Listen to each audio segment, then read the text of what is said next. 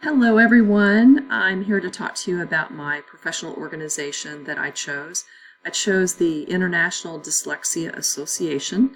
I have an interest in dyslexia. I don't know a lot about it, and I have several students that either have been identified and are now seeing the dyslexia teacher, several students that are in the process of being tested or in the process of being identified, and several students that we suspect that aren't quite in the testing process yet. So I'm trying to find out as much as I can about my students so that if I do suspect someone does have dyslexia, to figure out how I can support them with the time that I have with them at RTI.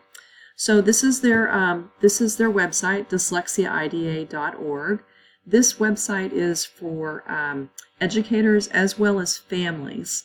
So about dyslexia, there's a lot of dyslexia at a glance. Do I have dyslexia? There's like a very short assessment to see if you think you might have it or a child might have it.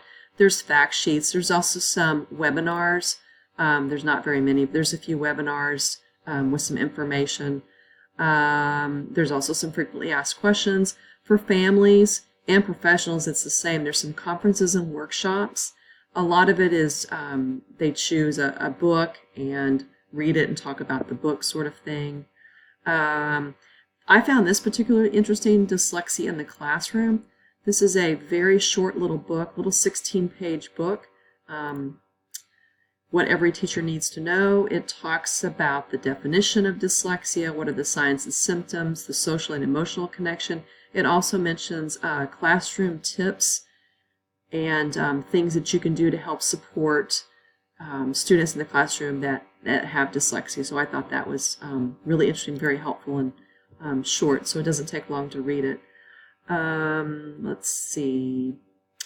As far as conference, the annual conference for the IDA is in Colorado this year, but I looked for future conferences, and in San Antonio it's going to be in 2020, it's been a long day, 2022, in 2 years it'll be in San Antonio for those people that might be interested. There's also a Houston IDA branch. You can click down here and it'll take you to all the different branches across the U.S. and their conference is, I can look that up really quick. Well, I say really quick, but here it is. They have a conference as well, and their conference is actually next month, so I might try to see if I can attend that. Let's see. Also, this was interesting. You can, well, if it goes, there we go. Down at the bottom of the homepage, it says to click your state to track dyslexia legislation, and you can see that there's more legislation related to dyslexia in Texas than anywhere. You can click on any state. You can click on this, and it shows you specifically what's being done in your state. Sorry, and it mentions the date. You can change the date, and you can find out what the latest is. So you can see different things that are being done related to dyslexia as well as any kind of learning disabilities.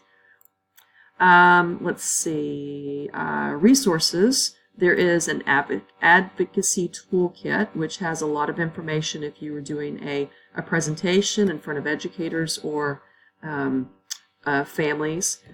Let's see, as far as resources, there's quite a few resources. We have they have the perspectives on language and literacy. This is more for educators, and the Examiner is a quarterly newsletter for everyone involved in dyslexia, whether it's an educator or a family member or a researcher. Just kind of letting you know what the latest and greatest is in the news as far as dyslexia. There's also the Annals of Dyslexia, which is more like for researchers. Let's see, and this I thought was interesting, this video library. Quite a few videos. I watched this one, a short film. It's a 10-minute film, and it talks about this little girl, and she has dyslexia, and nobody really understands her, and how her family realizes what's going on. It's a very sweet little film. And I also saw this, and there's quite a few famous people that have dyslexia. Apparently Steven Spielberg has dyslexia, and he only found out about it recently. And here's a young gentleman, his name is Quinn Bradley, and he does this great interview with Steven Spielberg. It's really great. You can't click on it; it's not working, so I had to Google it. But anyway, this led me to Friends of Quinn, which is again this gentleman. There he is, right there, Quinn Bradley, and he was born with a congenital heart defect, along with other issues, and he has quite a few learning disabilities. He likes to call them learning differences, in addition to dyslexia. And he does a lot of interviews with a lot of famous people that talk about their dyslexia and how they grew up with it and whatnot.